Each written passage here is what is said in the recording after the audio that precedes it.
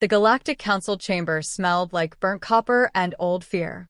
That was the first thing Ambassador Veselov knowing, called Ves by the three species patient enough to attempt pronunciation, noticed when she entered the Great Hall of Concordance Station. The smell wasn't metaphorical. The Drenathes secreted a stress compound through their secondary skin layer, and right now, every Drenathe delegate in the room was leaking it freely. 12 of them stood clustered near the central projection table, their pale segmented bodies hunched inward, Calicere clicking softly in that anxious rhythm that translated, loosely, as, "We are about to die, and we have accepted this." Ves was Sulhari.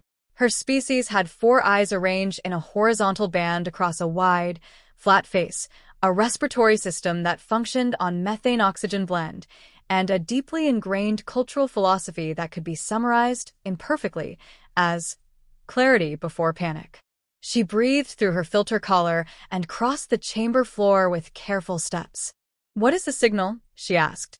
Counselor Dratham, eldest of the Drenathe present, his exoskeleton yellowed with age to something resembling ancient bone, turned slowly. His 4 manipulator limbs were folded inward, which among his kind indicated a grief response so profound it had moved past active emotion into something structural, permanent, as though the body itself had decided to stop pretending. "It is not a signal," he said. "It is a declaration." He tapped the projection table with one folded limb. The holographic display bloomed upward, filling the center of the chamber with pale blue light, and in that light, Ves saw the source grid, a 3-dimensional map of the local stellar cluster, roughly 47 inhabited systems rendered in soft gold. 16 of those gold points had gone dark. Not dimmed. Not reduced. Dark, as though something had reached through the display and pinched them out like candle flames. "The Vorrkai," said Dratham. Ves stared at the dark points. She had been born 43 years after the last Vorrkai incident. Every Sulhari child was taught about it in their second cycle of education, between lessons on agricultural chemistry and the history of the Concordance's founding. The lesson was always the same. The Vorrkai came once. We do not know why they stopped. We do not know if they will return. We build our defenses, and we hope. 43 years of hope, apparently, had expired. "How many systems confirmed lost?" she asked. 16 confirmed. 7 more have gone to communication silence in the last 9 orbital cycles. Dratham paused, his Calicere still. "The pattern of movement suggests a trajectory." Ves looked at the map. She traced the dark points with her gaze, the spatial logic of them, the direction implied by their sequence. Her 4 eyes narrowed. The trajectory led to a small, dense system near the cluster's inner edge. A system that had only been admitted to Concordance observation status, not full membership, 11 years ago. A system that most council delegates privately considered irrelevant. "That system," she said slowly. "That is." "The humans," said Dratham. "Yes." A long silence filled the chamber. Someone's filter collar hissed. Outside the great transparent panels that lined the chamber walls, Concordance Station's orbital lights drifted slowly past like scattered seeds. Ves had met 3 humans in her career. She remembered all of them with a specificity she found difficult to explain, because each encounter had produced in her a feeling she didn't have clean vocabulary for, something between fascination and the particular discomfort of holding an object you cannot identify and cannot put down. The first had been a trade negotiator named Marcus. He had arrived 40 minutes late to a formal session, apologized with complete sincerity, and then proceeded to rewrite the entire proposed agreement in 2 hours using a method that the senior Drenathe economist on the panel later described as not wrong, exactly, but disturbing in its implications. The second had been a researcher named Dr. Yolanda Ferris, who had spent 3 years at a Sulhari institute studying deep space material degradation and who had, in her final report, included a philosophical appendix that made 2 of Ves's colleagues request psychological support consultations. The third had been a child. A girl, perhaps 8 years old, who had accompanied her parent to a diplomatic function and who had spent 40 minutes interrogating Ves about Sulhari structure with a focus and seriousness that Ves associated with senior academics. What she remembered most about all 3 was not their competence. It was the quality of their attention. The way they looked at problems, not from outside them, evaluating, but from inside them, inhabiting. As though every difficulty was a place they wanted to move into and redecorate. "We should warn them," said Vess. Dratham turned all four of his manipulators outward, the Drenathi gesture for expressing a truth so obvious it caused mild pain to speak. "We have transmitted 3 warnings. They have not responded." "No response at all?" "One response." He paused again, with the specific quality of a pause that contains something the speaker has not yet decided how to say. It was brief. He keyed the secondary display. A text transcription appeared, the human message, translated into standard concordant script. Vess read it. She read it twice. Then she looked up at Dratham, who was watching her with all 6 of his pale optical clusters. The message read, "We know. We're handling it. Please stay clear of our system until further notice. United Earth Command, Priority Channel 7. We're handling it," Vess repeated quietly. "Yes," said Dratham. "Against the Vorrkai." "Yes." Another silence. Longer this time. "Do they know," said Vess carefully, "what the Vorrkai are?" Dratham's calicity clicked once, a sound that, in his language, meant something close to, "That is precisely the question that has been keeping me awake for 9 orbital cycles." "We do not know what they know," he said. "We know only what they said."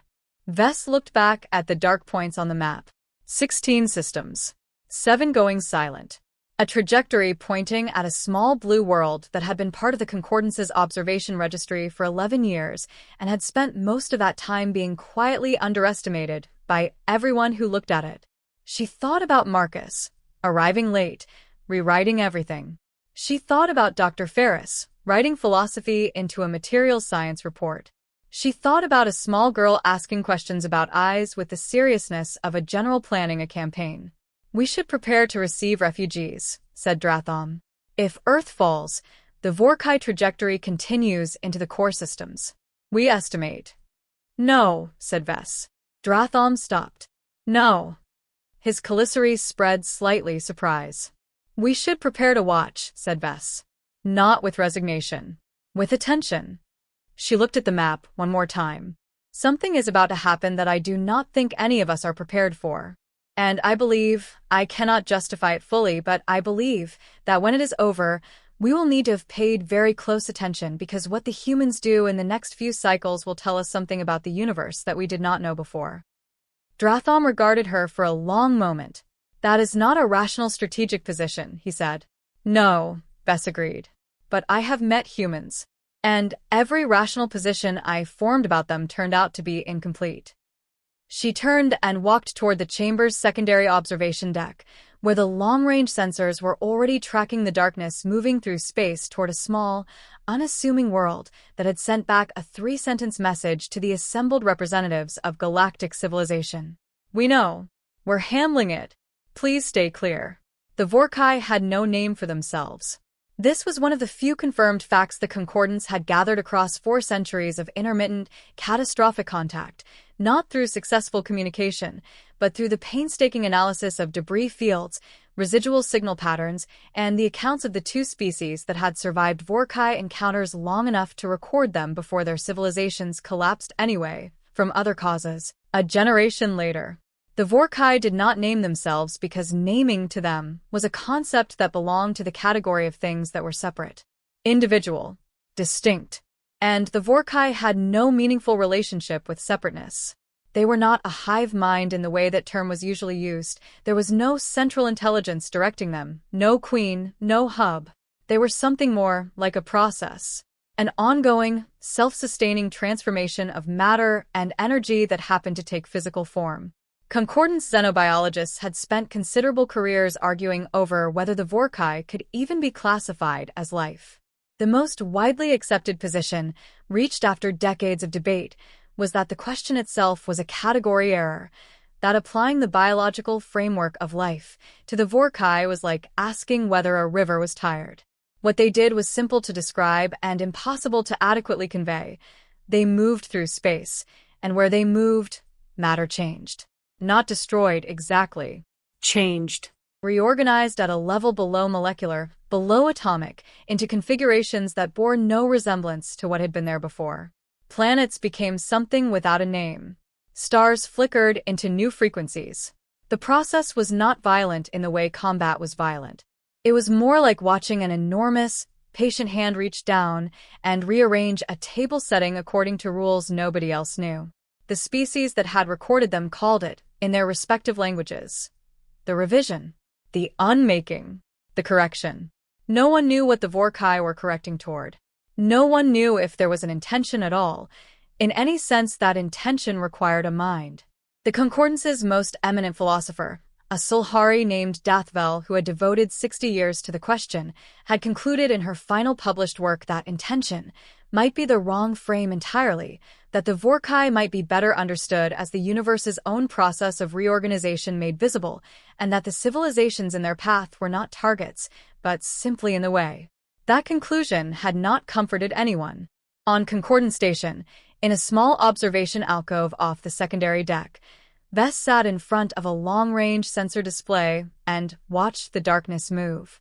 The Vorrkai fleet, if fleet was the right word for something that had no ships in any structural sense, only formations of organized transformed matter that moved with coordinated but not commanded purpose, was currently processing the outer edge of the Taleni system. Taleni had been one of the 7 going silent systems. It was silent now. Completely. What the sensors showed in its place was a visual phenomenon for which Vess had no referent. It was not wreckage. It was not void. It was something organized, geometrically, almost beautifully organized, that had no relationship to the solar system that had been there 48 hours ago. It looked, in the long-range visual spectrum, a little like an enormous crystal formation. It looked nothing like a place where people had lived. She watched it for a long time, the way you watch something terrible, not because you want to, but because looking away feels like a different kind of failure. Behind her, the door to the alcove opened. She didn't turn. "You've been here for 6 hours," said a voice she recognized as belonging to Coordinator Pelsath, her administrative assistant, a young Sulhari whose primary professional quality was the ability to deliver difficult information without flinching. "The Council is requesting a position statement from the Sulhari delegation regarding the refugee." "Tell them I am composing it," said Vess. "You have been composing it for 6 hours. It is a complex statement." A pause. Then Pelsath crossed the alcove and stood beside her, looking at the display. He was young enough that he had no memory of the last time the Vorrkai had appeared in concordant space, not even cultural memory, the kind that lived in the back of the mind as a vague ancestral dread. He had only the records, the education, the intellectual understanding. He looked at the crystal formation where Taleni had been, and she watched his face do the thing that faces did when the intellectual became visceral. "The humans haven't evacuated," he said quietly. No.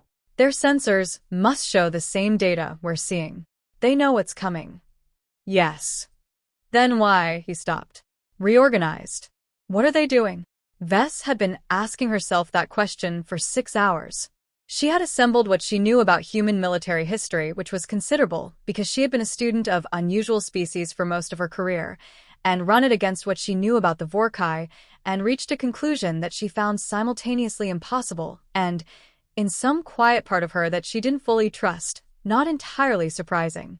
"They are not evacuating," she said, "because I do not believe they intend to retreat." Pelsath stared at her. "Against the Vorrkai." "Yes." "That's—" He stopped again. His 4 eyes moved across the display. "No species has ever. No species that we know of," said Vess carefully, "has ever attempted a direct counter-engagement with the Vorrkai. The historical record shows only evacuation, collapse, and the eventual cessation of Vorrkai activity for reasons we do not understand." She paused. "The historical record does not include humanity." "That's not a meaningful distinction. The physics don't change because—" "The physics," said Vess, "are not what concerns me." Pelsath turned to look at her directly. "Then what concerns you?" She was quiet for a moment. On the display, the crystal formation that had been Taleni rotated slowly in the long-range light, geometrically perfect, Utterly alien, beautiful in the way that things were sometimes beautiful when they were so far outside human or Sulhari categories that the aesthetic response had nowhere else to go. What concerns me, she said finally, is that I have reviewed the human response to our warning 4 times. 3 sentences. No elaboration. No request for assistance. No expression of fear. She looked at Pelsath. And what strikes me, each time I read it, is not the confidence. Confidence could be ignorance. What strikes me is the word handling. We're handling it, Pelsath repeated. Handling, said Vess. Not fighting.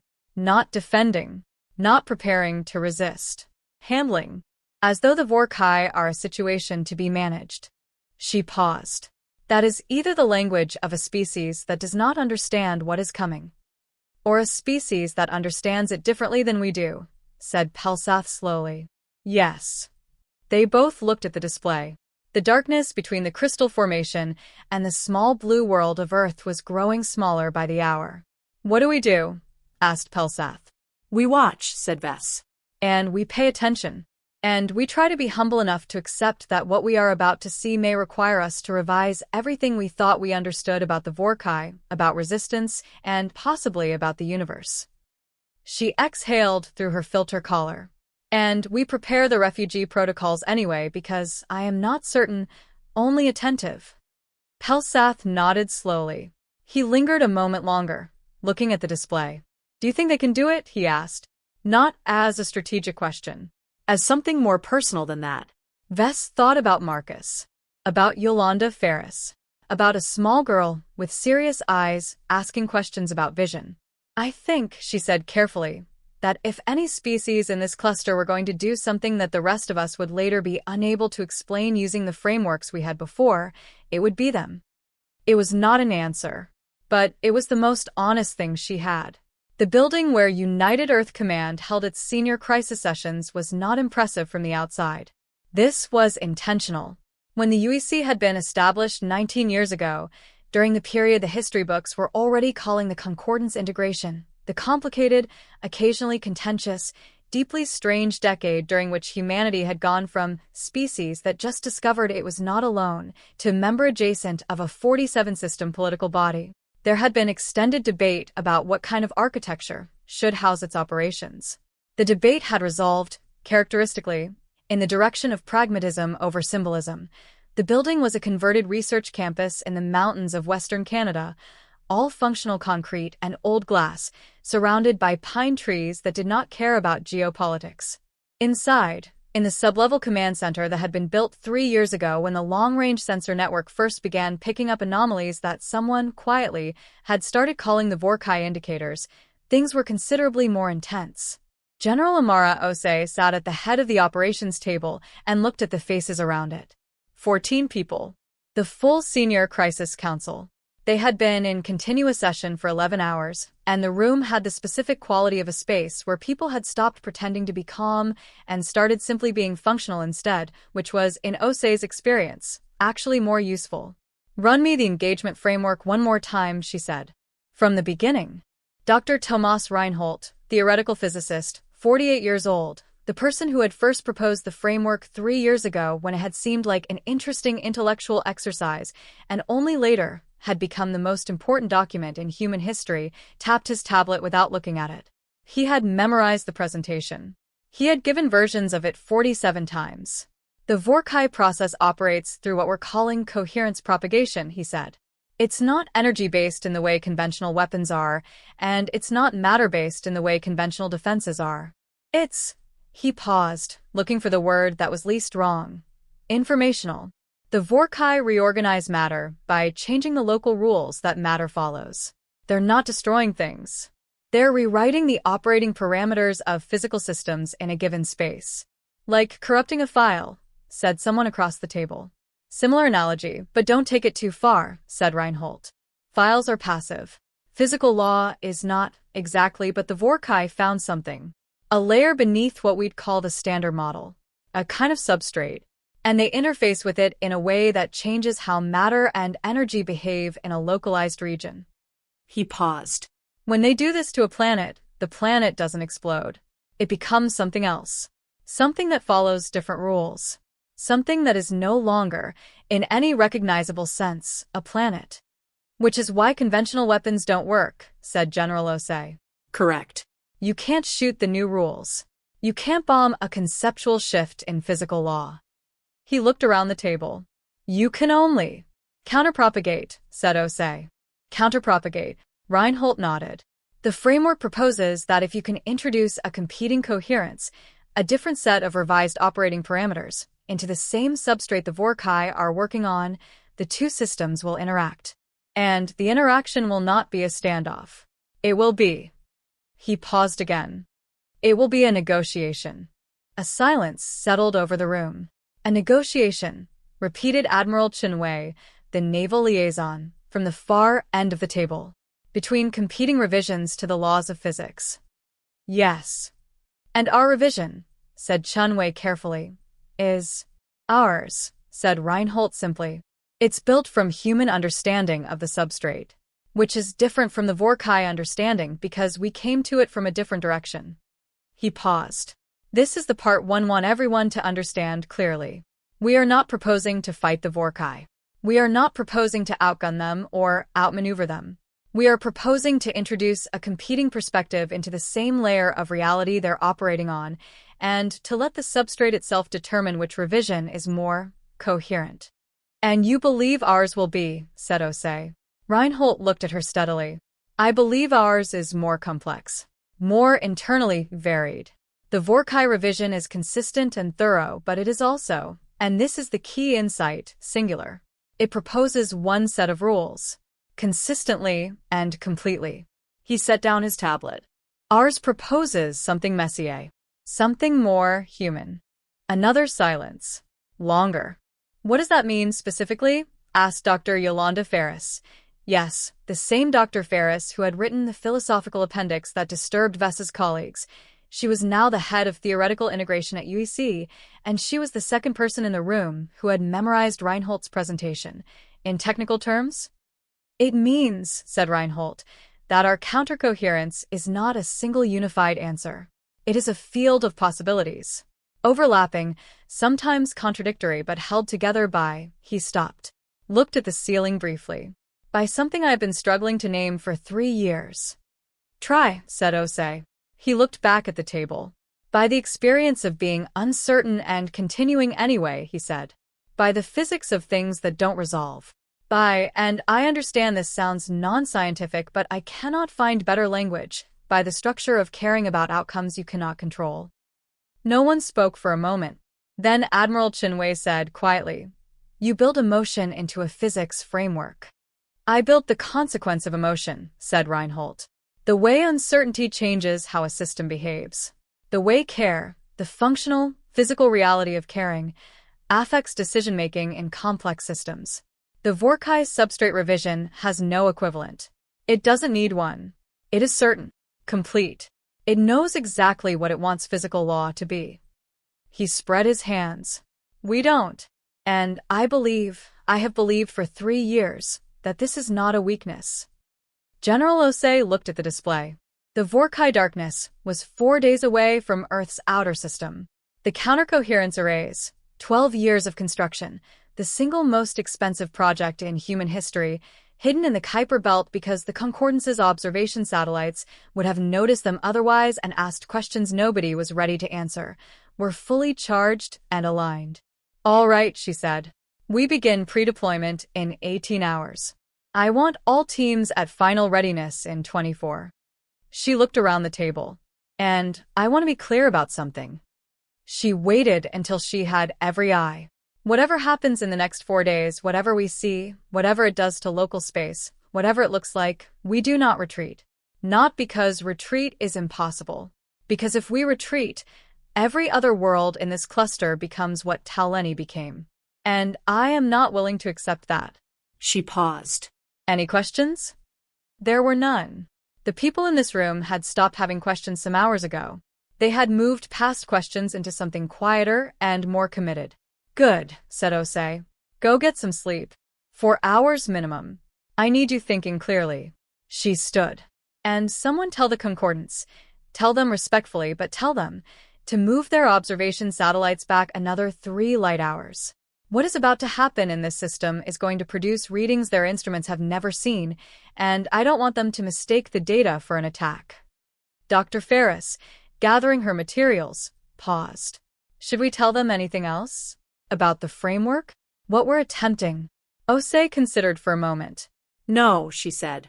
Let them watch. Let them try to understand it themselves afterward. A small pause. Some things land differently when you watch them than when you're told about them in advance. The first thing the concordant sensors registered was a change in the light. Not in visible spectrum, in all spectrums simultaneously. A shift in the data signature of the entire inner system, as though someone had adjusted a fundamental parameter of how the system produced and interacted with electromagnetic radiation. It was subtle enough that the automated filters initially flagged it as instrument error. Pelsath dismissed the error flags manually and looked at the raw data for 17 minutes before his hands started to shake. Vess, he said. She was already at his shoulder. She had not slept.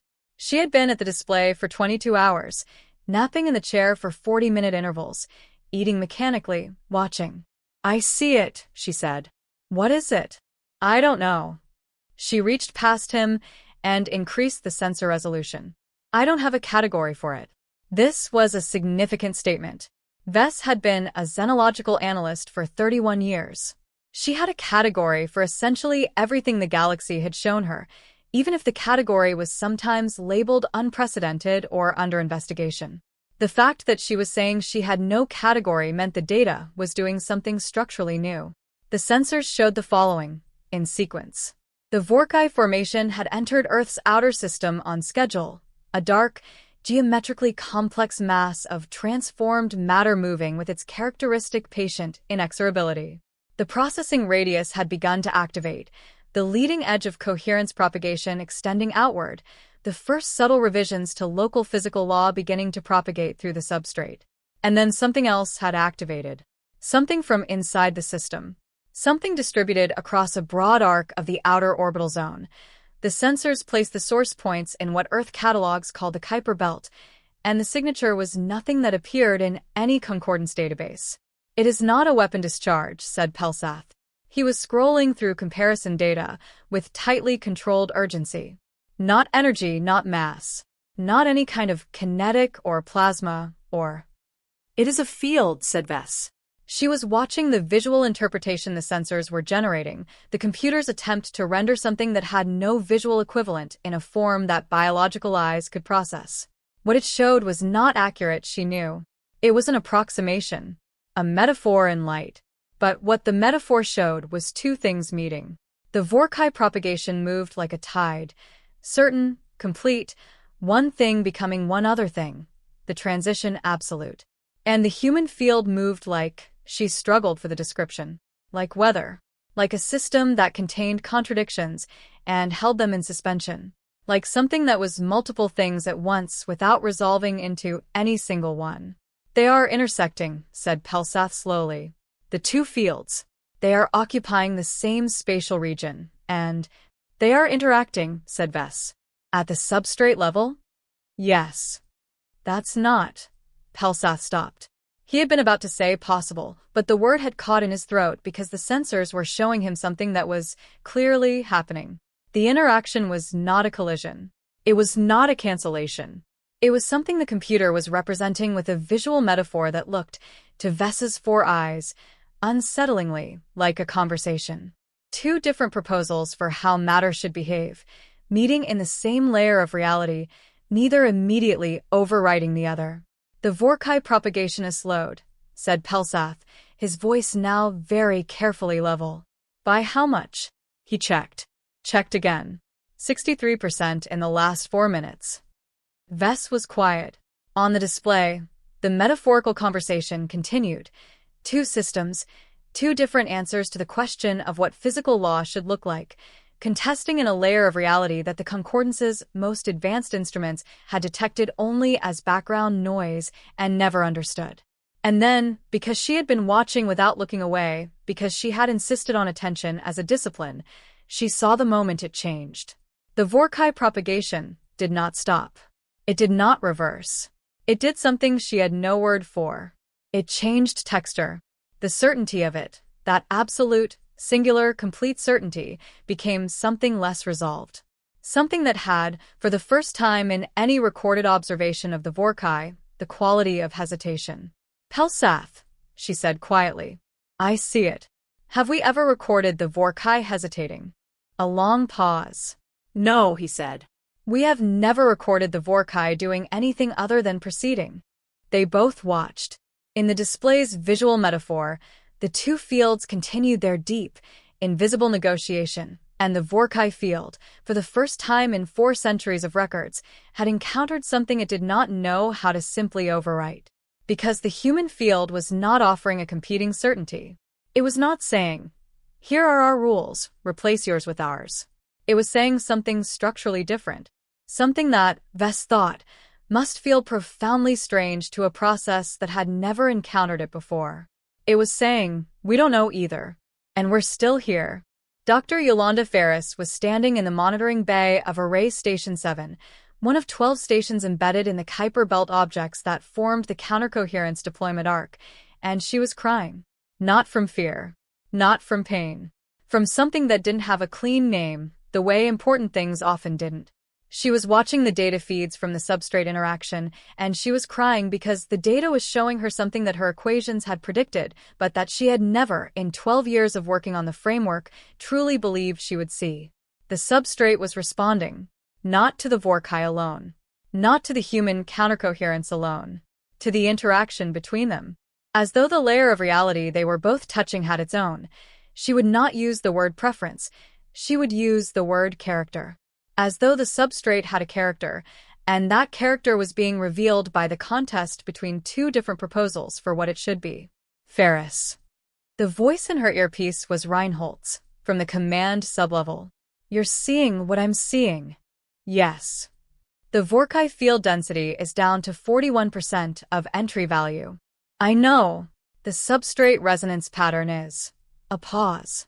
Tomas, she said, and she used his first name, which she did rarely. The pattern looks like it's stabilizing, he said. Around our field parameters. Not entirely.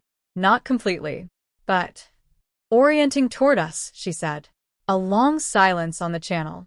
I didn't predict that, he said finally. I predicted contest. I predicted delay. I predicted, at best, a standoff that bought us time. His voice was careful, in the way that voices were careful, when they were holding something enormous. I did not predict that the substrate would have a preference. Maybe it's not preference, said Ferris. She wiped her face with the back of her hand and looked at the data. Maybe it's response. Maybe the substrate has been waiting for something. For what? She thought for a moment. For a system that could tolerate its own incompleteness.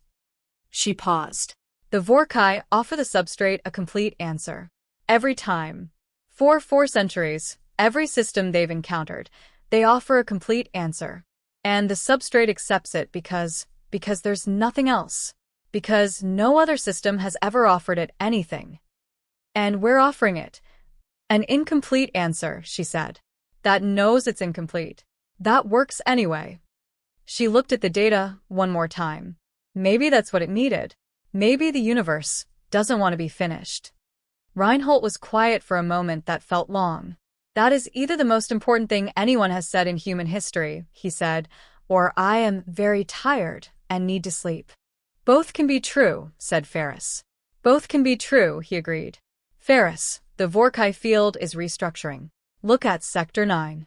She shifted to Sector 9 on her display and looked, and what she saw made her breath catch.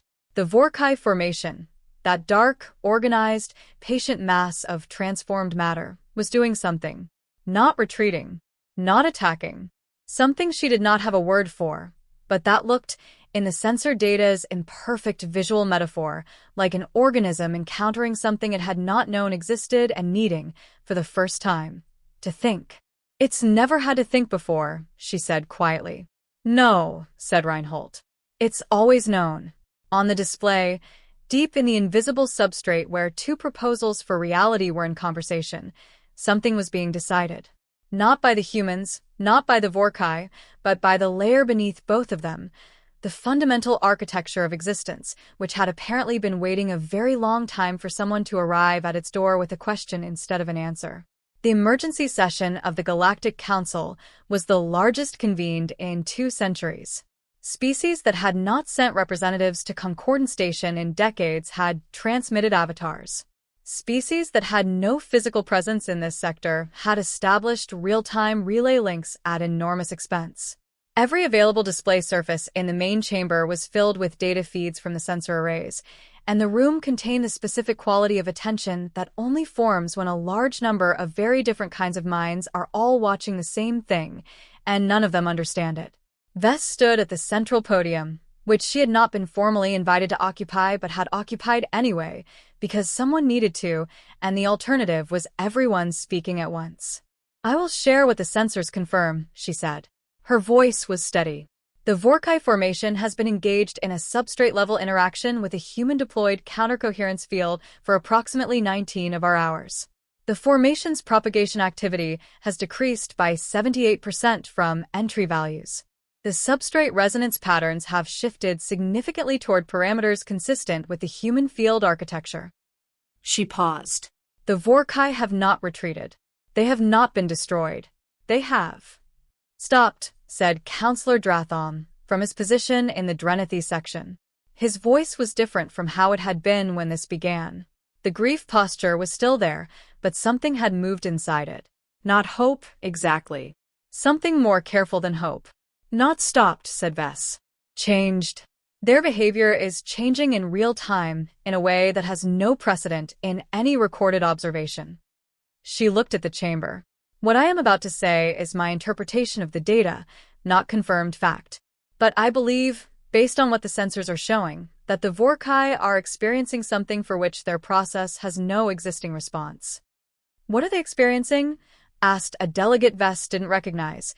One of the avatar transmissions from a species in the mid-cluster she had met only twice. Vess considered how to say it.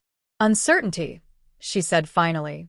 I believe they are experiencing uncertainty for the first time. The chamber was quiet. They have never encountered a system that could contest them at the substrate level, Vess continued. Every civilization in their path has either fled or been revised. None have offered a competing vision of physical law. None have introduced something into the substrate that the substrate itself appears to find. She stopped, aware of how strange the next word was. Interesting. Interesting, repeated the unrecognized delegate. The substrate resonance, said Vess, is not simply stabilizing around human field parameters. It is exploring them. The data shows the substrate engaging with the complexity and internal contradiction of the human countercoherence field in a way that suggests, and I am aware of how far outside conventional xenology this is, that the substrate finds the incomplete answer more engaging than the complete one. A long silence. Then, from somewhere in the middle of the chamber, a voice. What does that mean for the Vorrkai? I don't know, said Vess. I don't know if it means anything good for them or bad for them in any terms we can apply. They are a process. They have been running the same process for 4 centuries because nothing has ever given them reason to run a different one. She paused. The humans have given them reason, and I do not know what a process does when it encounters a reason to question itself. You're describing them as, Dratham stopped, Calicere moving. You're describing them as capable of something like reflection. I'm describing the data, said Vess carefully. The data suggests that what is happening in the Earth system is not a battle. It is not a defense. It is, she stopped. Found the word. It is an argument. And for the first time, the Vorrkai are in an argument they cannot simply end by proceeding. Another silence, deeper than the previous ones. Then, very quietly from the Drenathy section, Dratham spoke again. Ambassador Vess. His voice had changed entirely. The grief posture was still there in his body, but his voice was something else now, something older and more careful. When you reviewed the human response to our warning, 3 sentences, you said there was something in the word handling that you could not dismiss. He paused.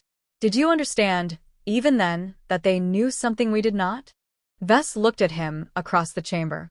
I suspected, she said, that they were approaching the Vorrkai as a problem with a solution, rather than a catastrophe to be survived. And I suspected that their solution would not look like anything we could have designed. She paused. I did not know what it would look like. I only knew that the species I had met, the ones I had sat with and spoken with and watched think, did not approach problems from the outside.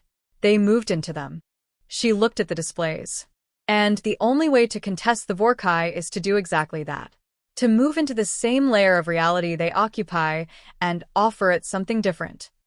She looked back at the chamber. The humans moved in, she said. And they brought with them the only thing they had to offer, which is the same thing they bring to everything. Which is themselves. Incomplete, uncertain, contradictory, still in process selves. She paused.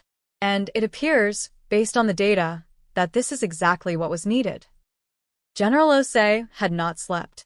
She had tried, twice, in the chair behind her operations station, 40-minute intervals with her eyes closed, but sleep had not arrived, and after the second attempt, she had stopped trying and simply stayed in the chair and watched the data.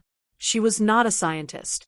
She could not read the substrate resonance patterns the way Reinhold or Ferris could.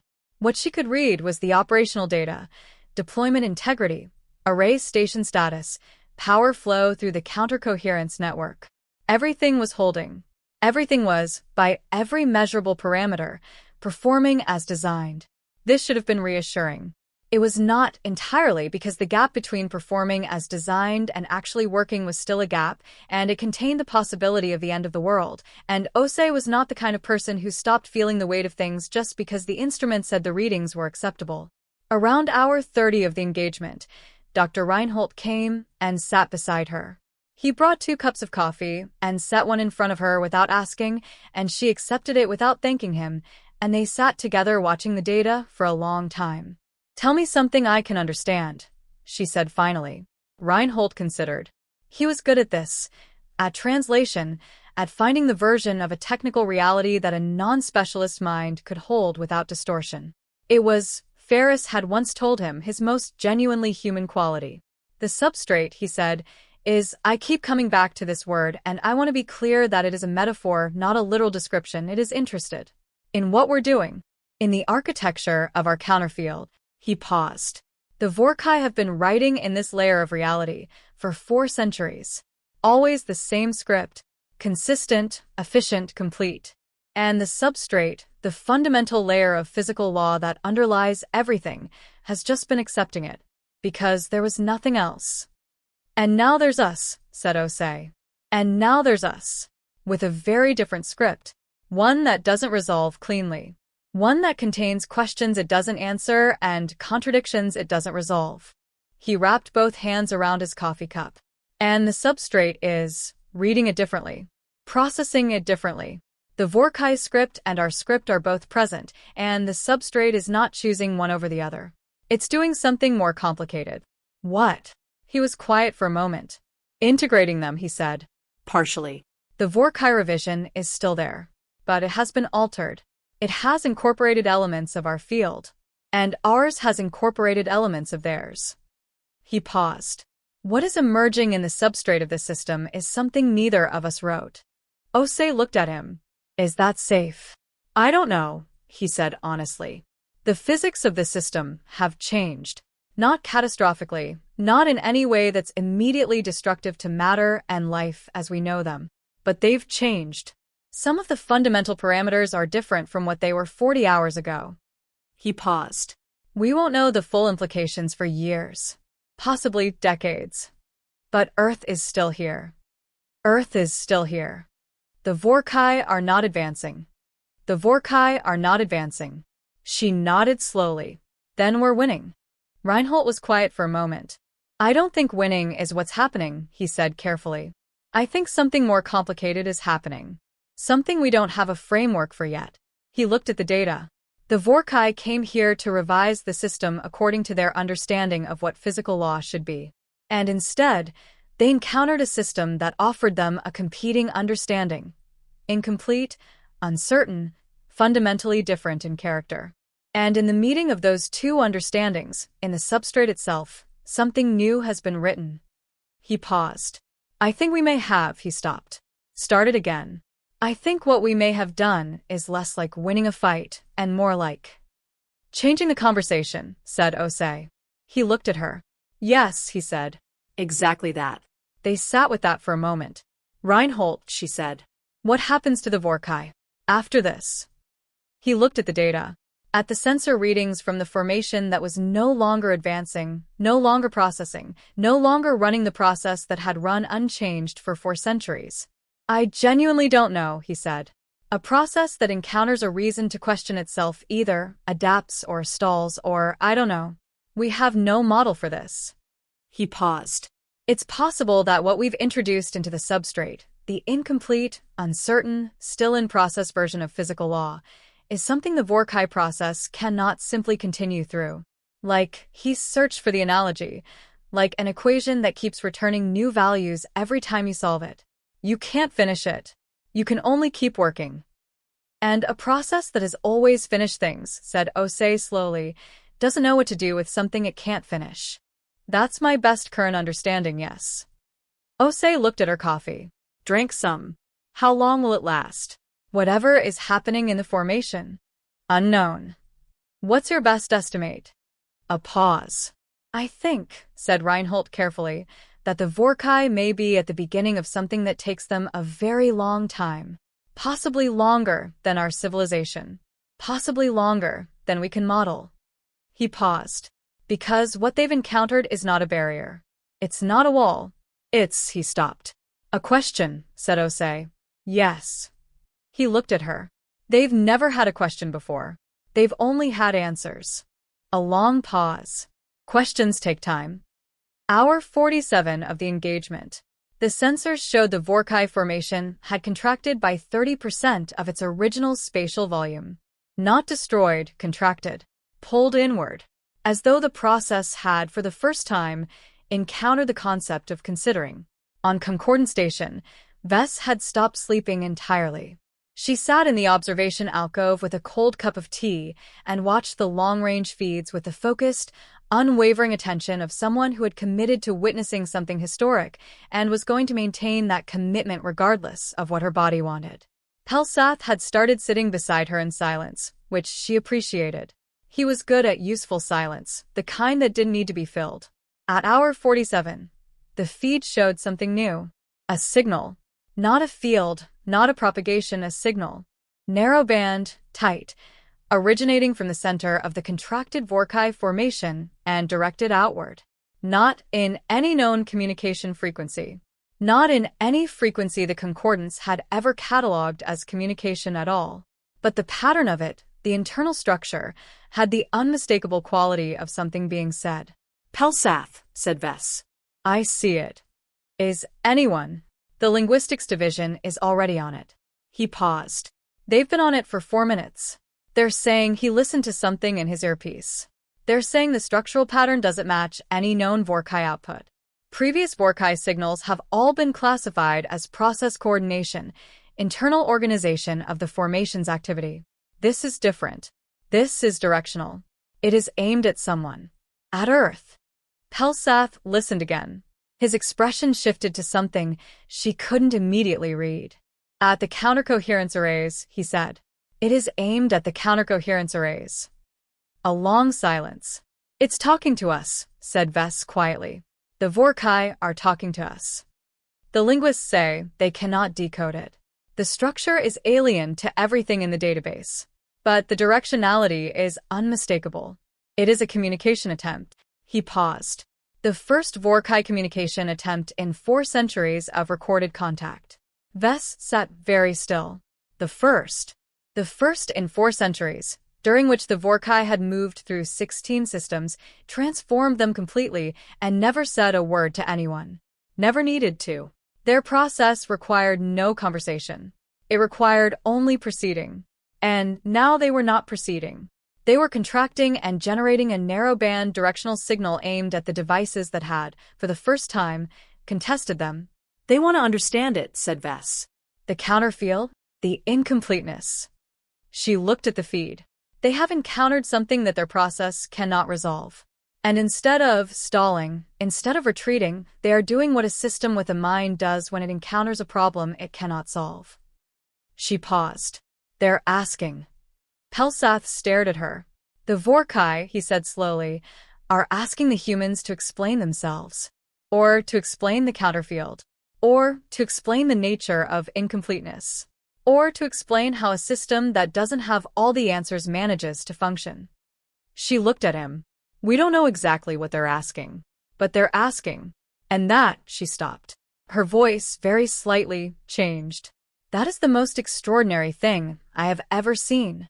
In the UEC command sublevel, Dr. Ferris was doing something that was not in any protocol. She had been up for 41 hours. She had consumed more coffee than was reasonable. She had watched the Vorrkai formation contract and the substrate settle and the signal emerge, and she had listened to the linguistics division's report. We cannot decode it. It matches nothing in the database. And then she had done something she would later describe to a journalist, incorrectly, as a hunch.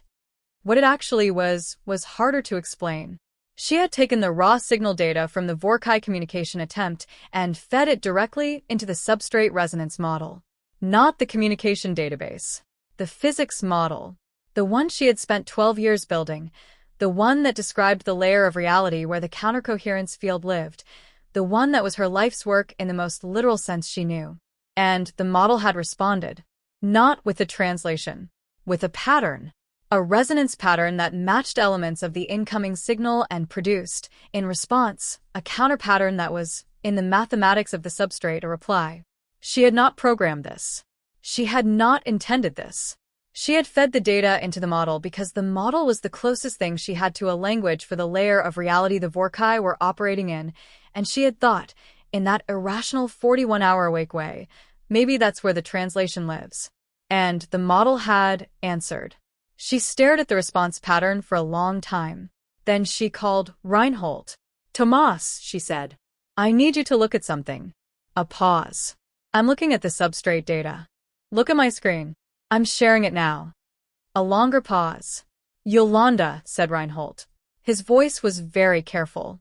Did you? The model generated it, she said. In response to the Vorrkai signal. I didn't write it. You built the model. I built the model 12 years ago from first principles and theoretical physics, and she stopped. And everything else. Everything I knew.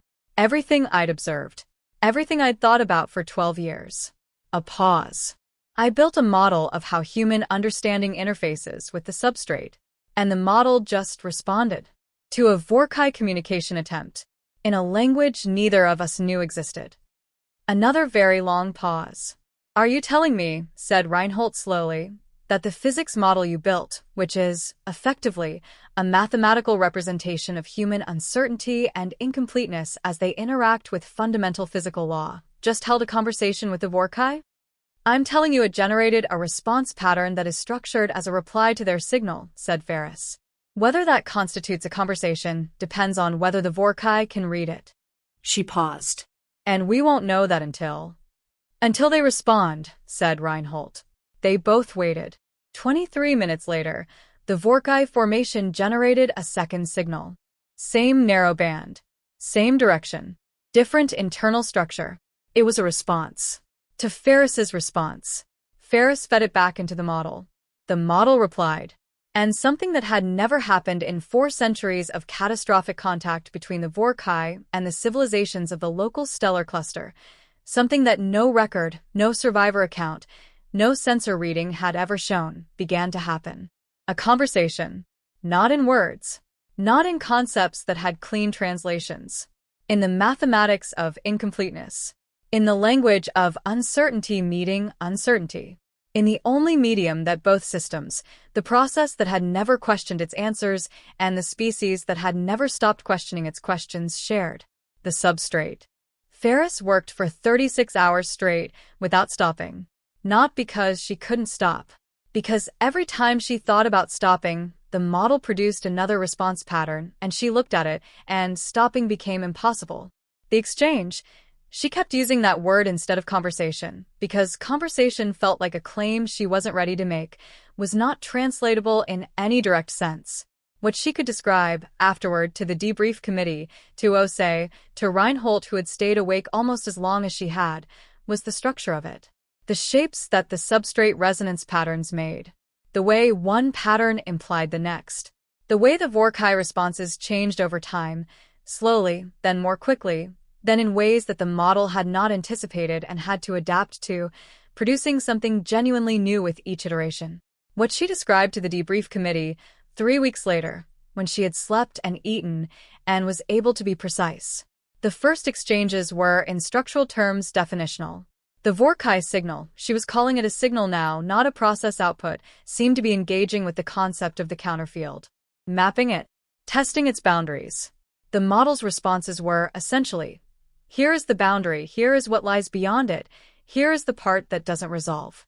The Vorrkai appeared to have no existing structure for the part that doesn't resolve. Their responses to this concept showed, and she used the word carefully, knowing how it sounded, something like confusion. A system encountering an input it has no processing pathway for, generating exploratory patterns rather than deterministic ones. Then something changed. Around hour 12 of the exchange, the Vorrkai pattern shifted. The exploratory quality became something else. Something she could only describe as deliberate. As though the Vorrkai process had found, within the alien structure of unresolved questions, something worth inhabiting. They started asking about specific things, she told the committee. Not the counterfield as a whole. Specific elements of it.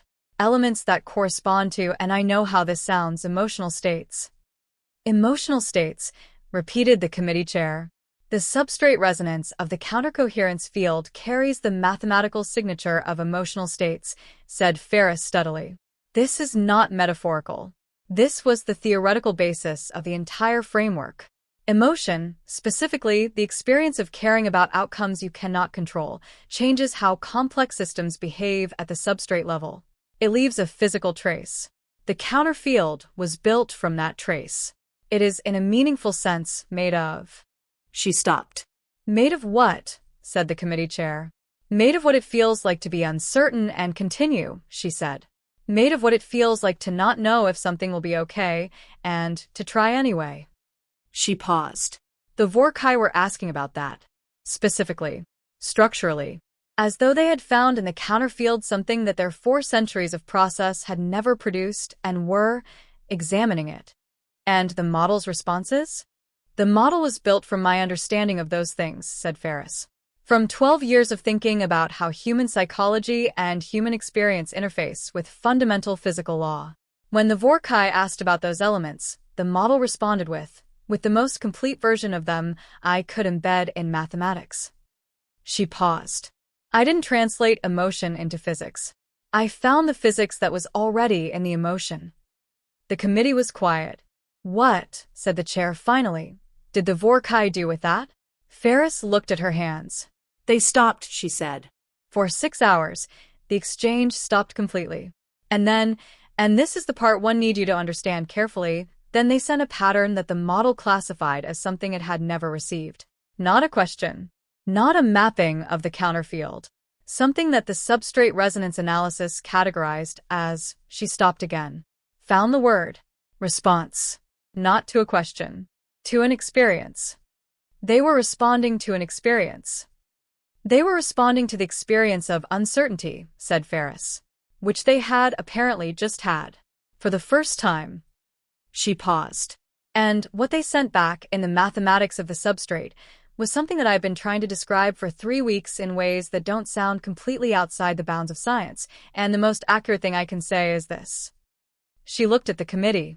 It was the Vorrkai equivalent of a person saying, "Oh, I understand now." Oh. The Vorrkai formation left the Earth system on day 7, not the way it had come. It did not reverse its direction and disappear back along its trajectory. It dispersed, gradually, over the course of about 18 hours, the transformed matter formation dissolving into something the sensors read as ambient spatial energy, dissipating into the fabric of the system in a way that left no debris field, no residue, no structural trace. What it left was invisible. Or rather, invisible to everything except the substrate resonance sensors, which Reinhold had spent 9 years developing, and which showed something that he spent 6 months trying to describe in a paper before giving up and co-authoring it with Ferris, who had better language for it. What remained in the substrate of the Earth system, after the Vorrkai departed, was a change.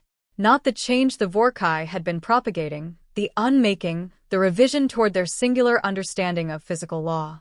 That process had been interrupted, contested, and ultimately abandoned. What remained was the thing that the substrate had written during the exchange. The thing that neither the Vorrkai revision nor the human counterfield had authored individually. The emergent product of two very different systems engaging with each other in the deepest layer of physical reality. The paper they eventually published called it a coherence integration event. It was not a term that communicated well to non-specialists.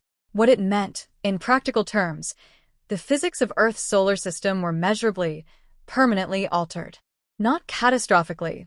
Matter still behaved as expected, life continued, orbits remained stable. But at the substrate level, at the layer below the standard model, the parameters had shifted. What the new parameters did, experimentally confirmed over the following decade, was this. Systems operating in the Earth system were more sensitive to emotional state. Not in a mystical sense, in a measurable, reproducible, physically grounded sense. Complex systems showed enhanced responsiveness to what Reinhold called intentional coherence, the state of a mind that cared deeply about an outcome and held that care in a functional, operational way. Computers worked slightly differently. Biological systems healed slightly faster.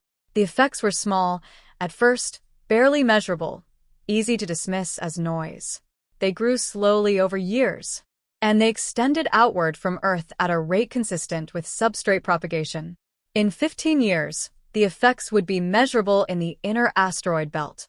In 30, at Mars. In 150 years, if the models were correct, the substrate change would have propagated through the entire local stellar cluster. And whatever the Vorrkai were, wherever they had gone, they would carry within their process the change they had undergone in Earth's system. The experience of uncertainty. The encounter with a question that had no final answer. The they had sent back in the language of the substrate. General Osei, reading the preliminary version of Reinhold and Ferris's paper in her office 18 months after the engagement, had a response to this that she kept private, mostly because she was a general and generals were not supposed to say things like what she thought. What she thought was, we didn't defeat them. We changed each other. And the universe changed around both of us. She thought this for a long time in her office, with the door closed. Then she wrote a note to Reinhold that said, I think you've described the most important thing that's ever happened. I also think coherence integration event is a terrible name for it. Call me. The official concordance report on the Earth Vorrkai engagement, submitted 14 months after the event, drafted by a committee of 47 specialists across 12 species, was 1,400 pages long, thoroughly sourced and carefully worded to avoid any claims that exceeded the available data. Ambassador Vess wrote a separate report. Personal. Unofficial. She submitted it to no committee. She sent copies to Dratham, to Pelsath, and through the Concordance's diplomatic channel to Earth, to Dr. Yolanda Ferris, because she felt Ferris had earned the right to read it. The report was 11 pages. It read, in part, we had, in the Concordance, developed a comprehensive understanding of the Vorrkai. We knew their trajectory. We knew their method. We knew the outcome of every recorded encounter with them. We had transformed this knowledge into a posture, not of despair, exactly, but of managed inevitability. We understood the Vorrkai as a force of nature, a process without a mind, a cosmic weather system that ended civilizations the way a tide ends a sandcastle, not maliciously, not intentionally, but completely.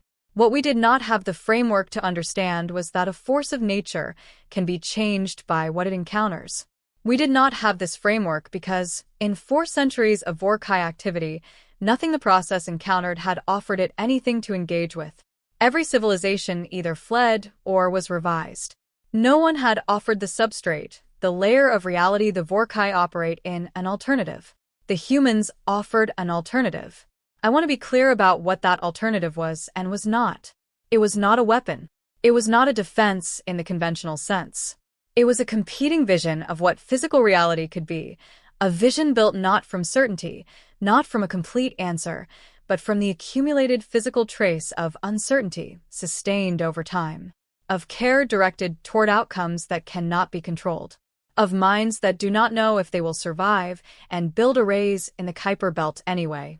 This is the thing I have been struggling to articulate since I sat in the observation alcove and watched the sensor data show me two proposals for reality meeting in the substrate, and one of them hesitating for the first time.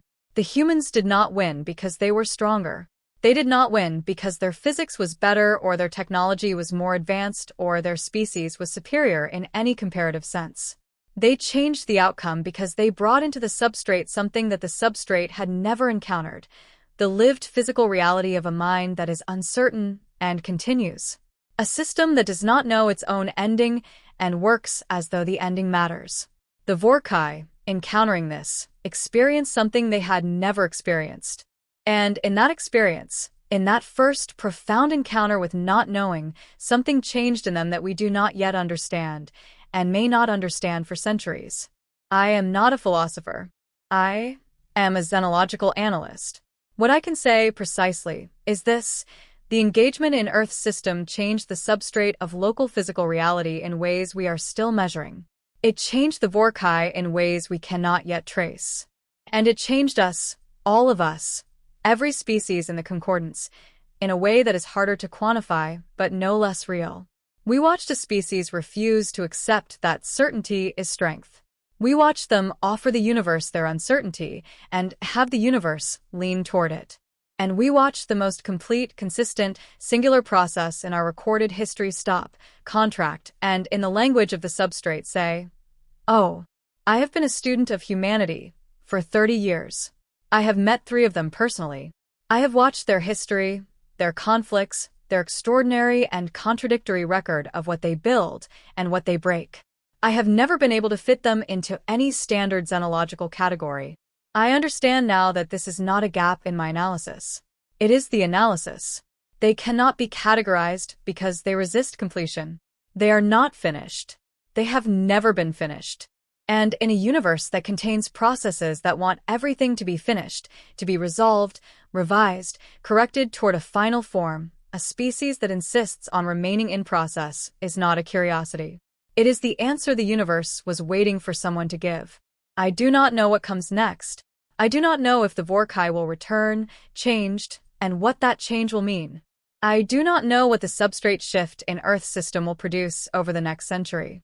I do not know if humanity will rise to what they have accidentally demonstrated about themselves, or if they will continue, as they always have, to be brilliant and terrible and uncertain in equal measure. But I think that is the point. The uncertainty is the point. Ambassador Vessel of Knowing, Silhari Diplomatic Corps. Personal report, submitted for record only. Concordant Station, month 14 post-engagement. 14 months after the engagement, on a clear night in Western Canada, General Amara Osei stood outside the building that housed United Earth Command and looked up at the sky. The stars were the same stars. The pine trees were the same pine trees. The air smelled like cold and wood smoke and the particular mineral sharpness of mountain altitude. Somewhere in the substrate beneath her feet, beneath the rock and the mantle and the core, in a layer that had no location exactly but was everywhere anyway, something was different. Something had been written that hadn't been there before. Something that would spread, slowly, outward from this small blue world into the cluster it was part of. She didn't know what it would do. Nobody did. That was, she had come to understand, entirely the point. She stood in the cold for a long time, looking up. Then she went inside. There was work to do. There was always work to do. That was one of the things she loved about being human. You never ran out of work. You never ran out of questions. You never arrived. You just kept going. And